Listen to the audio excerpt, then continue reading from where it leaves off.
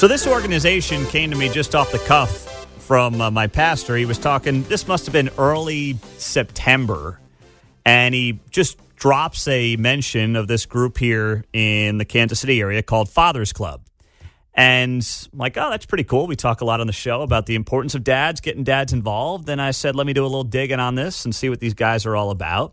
And they are a Fathers Club that is a dad-led grassroots effort creating simple ways for dads to be intentional with their kids, with other dads, and within their community. With resolve, humility, and love, their mission is to be a catalyst for positive influence around the world. The founder of Fathers Club, right here in the Kansas City area, Brad Holdhusen, joining us on KCMO Talk Radio. Brad, good morning. Thanks for being here. Morning, Pete. Great to be here, buddy. Take me through this organization. You founded it back in 2018. What was missing that you thought the Fathers Club would be something that would be beneficial to young men or kids, frankly, men and women, in Kansas and Missouri? Good question, man. We quick version is myself and Vince Stevens, who was kind of the original co-founder. Unfortunately, we lost him in March of 23. Got together. We didn't even really know what it was going to be called, what it was going to look like, and had full intention to just have this be at Blue Valley High School down in Stillwell. And we mainly just had this vision of locking arms figuratively and literally around the school, around the administration, around the principal, the teachers, the kids, just because there was a lot going on by ways of well, and there still is, fentanyl and drug use and suicide and depression and anxiety. And this was all prior to COVID, of course, 2018. So we just had a meeting with at the time, the athletic director, the principal, and the head football coach. And the five of us just chatted around what this could look like. And then we launched from there. We reached and cast a net to some other guys, and we ended up having a kickoff meeting. So I want to tip my hat to those guys, too. They were very, very instrumental in also founding and kicking this off. And it's been a ride ever since. You've got about 25 schools now in Kansas and Missouri who are part of Fathers Club. Now, take me through building this up specifically through dads. Why was that the focus of this Fathers Club? Yeah. Well, the way I always describe it, Pete, I'm a simple-minded dude, so I explain things with simple analogies. When you sit down at a really good meal, you've got to have a fork and you've got to have a spoon. You're not going to eat your soup with your fork. You're not going to eat your spaghetti with your spoon. You need both to have a good full-course meal. Same thing. Moms have, the way I described it from the get-go, is moms have kicked our tails in a very positive way, nothing meant bad by that, at just being involved in pressing into the school community through PTO and a lot of other things. This was just an opportunity for dads to press in a very different way. You've got very amazing, unique, wonderful gifts that moms bring to family, community, and schools. And dads have also very different, unique gifts. So this was an opportunity to put a big, fat, huge ball on a big, tall tee, hand a driver to dads and say, just step up and hit the ball and be a part of something that hopefully you'll resonate with. And off we went. So what do you guys do then for the young adults, whether it's high school or middle schoolers at these schools? I see that you have events where you're handing out something as simple as Chick-fil-A breakfast sandwiches. Yeah. But what else do you guys do? And when these schools embrace your program, what does that entail? Sure. It looks different at every campus, at every high school, and every middle school, just kind of based on the DNA of that school. But at the most simple level, that we call it Fist Bumps Fridays or Fist Bumps for Food, we didn't over-engineer it. We didn't overthink it. We wanted to do an initial splash event at Blue Valley High School, which has now become kind of the kickoff event at all the chapters or schools that we start at. And we surround the school based on that lock in the arms vision we had at the beginning, pass out some type of food, fist bumps, high fives. We play loud music. So dads are just scattered at every entryway. That's it, man. Handing out breakfast sandwiches, fist bumping the kids on the way in. Yeah, so that's the most simple splash event version. And then at a lot of the schools, we've had the opportunity to get in the schools, and we do dad trivia, dad jokes, how to tie a tie, different things that we can press into, how to, around homecoming or prom, boys, here's how you need to make sure you're treating our daughters and these girls, and don't sit in the driveway and text, I'm here, come to the door. Simple things like that, too, more meaningful, deep things, such as we have created with the help of Tom Herzog and Todd Milner and Darren Wolf, a mental health awareness and training that is a condensed version that's specifically for dads, for dudes. So we do that with dads, on and off campuses, and have a goal to train 1,000 dads in mental health and wellness.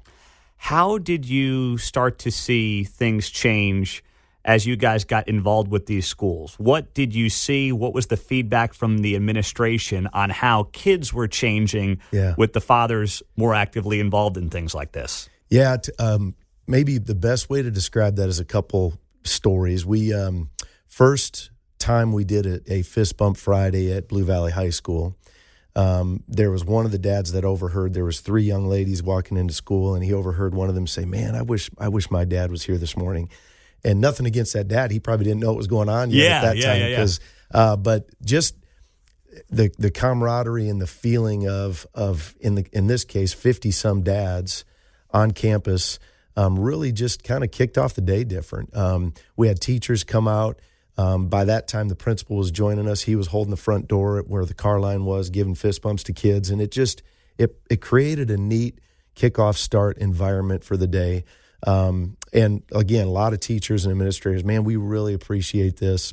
Something that simple to get kids excited for the day. One, it kind of created a buzz in the school. And then we've been told, we can't substantiate this, but we've been told that attendance and test scores and things have looked better on those days when we're actually there in the front of the school, getting a little food in their gut, but also giving them just some good camaraderie. Well, to use your fork and spoon analogy, it's in no way anything. Moms are doing tremendous work every single day. Yeah. But having that male role model, that male figure matters. Yeah. And that's, I think, proven throughout all of human history. Yeah. There's another story. Darren Wolf, who sits on our board and was with us from the beginning, he said, "Gosh, I don't know about you guys, but when all the kids are over, the high school kids are hanging out in the basement, if dad walks down the stairs, you kind of get a different response. Like, okay, is he in a good mood? Is he in a bad mood? Are we in trouble? Is everything okay? Is everybody, So it is a different presence, and we don't want to be helicopter dads or lord over them at all. We want them to know, hey, we're here to be a part of the DNA of this community and to press in and be supportive. And I know you guys do tailgates during football games or prior to football games. That's a big part of what Fathers Club does as well, right? Yeah, this Friday night, in fact, we're playing Blue Valley High is playing Blue Valley West at home, and we're doing a big teacher appreciation tailgate. And at High, and I know other schools, we did a volleyball tailgate a few weeks ago, and we always have the coach of a sports team or the leader of a club in school pick the next group that we're going to do a tailgate for. So we cook burgers and brats. There was a big event last night. We cooked a mess of burgers and brats. Some other guys did. I wasn't able to be there for tonight's tailgate. So, a lot of fun stuff, just building community. That's awesome. Brad Holdhusen is here. Fathers Club, you can find them online, fathersclub.org. I'm going to take a quick break. We're going to come back with Brad, and I want to talk about how this is also helping the dads who are getting involved, because I know that's a big part of this, right? Big time. Big time. So we'll take a break, come back with that as well here on KCMO Talk Radio 95.7 FM. And as always, streaming on the KCMO Talk Radio app.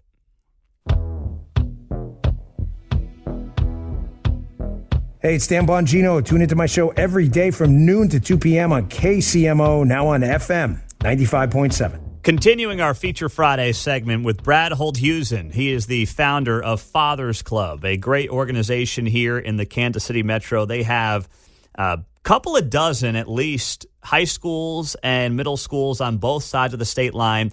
Looks like the Shawnee Mission schools are covered, Olathe, Blue Valley, Christ Prep, Heritage Christian. On the Missouri side, the Lee Summit schools are involved, Ray Peck. So you've got a lot of folks on both sides of the state line who have embraced this program, and they are helping get dads involved with the kids and in the schools on a regular basis. So, Brad, take me through then how this also is yes, about the kids, first and foremost, but also this is also, in many ways, it seems to me, therapeutic for the dads as well. Yeah. I've got a lot of dorky phrases, Pete, so forgive me for I haven't heard one yet. I would call them dorky. I haven't heard one yet, but anyway, please. But I like to refer to it as a tissue paper wall. As dudes, a lot of times we've got this facade wall up, either intentionally or unintentionally, that, hey, everything's good, job's good, paying the bills, family's good. But in reality, and I would say not just Johnson County in this KC metro area, but really all over the place, every single roof in every single neighborhood and every single community has stuff going on underneath it. And so as a dad, and moms, shoulder this, I'm thinking in a different way too, but as a dad, a lot of times you think, I got to hold this together. I got to be, the steer of the ship. And as soon as one dad is transparent about anything going on in their house, kids, struggling with drugs or grades or booze or fill in the blank, like real stuff, or the marriage is a little bit tough right now, or I'm dealing with X, Y, or Z at work. As soon as that transparency starts, transparency breeds transparency. That tissue paper wall opens up and they're, oh man, Pete, you're dealing with that too. Let me tell you, how are you dealing with this? Because I'm dealing with that. Mm-hmm. And so those conversations kind of organically happen at some of the events we'll have. And it might one of the first favorite events we did a big, huge cornhole tournament. Again, not over-engineered, but just dads hanging out together from different schools that may have otherwise never met before, that because of Father's Club, that tapestry's kind of been woven together across the KC Metro. And then you dial in those conversations and those transparency and opportunities to crack chests around, here's what's going on in my life, my house, my community. It's pretty cool.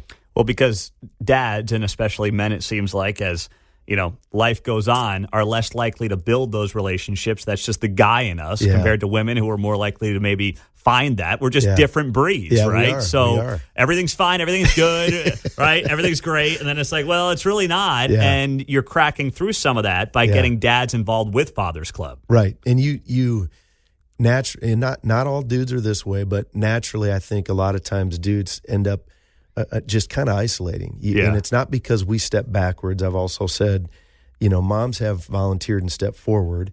And because of that, dads kind of stay put. And all of a sudden there's this potentially this isolation feeling. And again, I'm sure moms have this too in their way. But that isolation feeling, when you realize, man alive, this boat that I'm in is very similar to all these other guys and these dads. And then there's freedom and comfort in that when you have a chance to, again, ferret down that dad lane when we get into those topics. And I didn't know this till I was speaking with one of your colleagues there, but also when you actually dial it in, the highest suicide rate in the country is white males, late 40s to mid 50s. Yeah. And that's, prime time for kids at this age, struggling, trying to internalize everything, and can lead to the worst.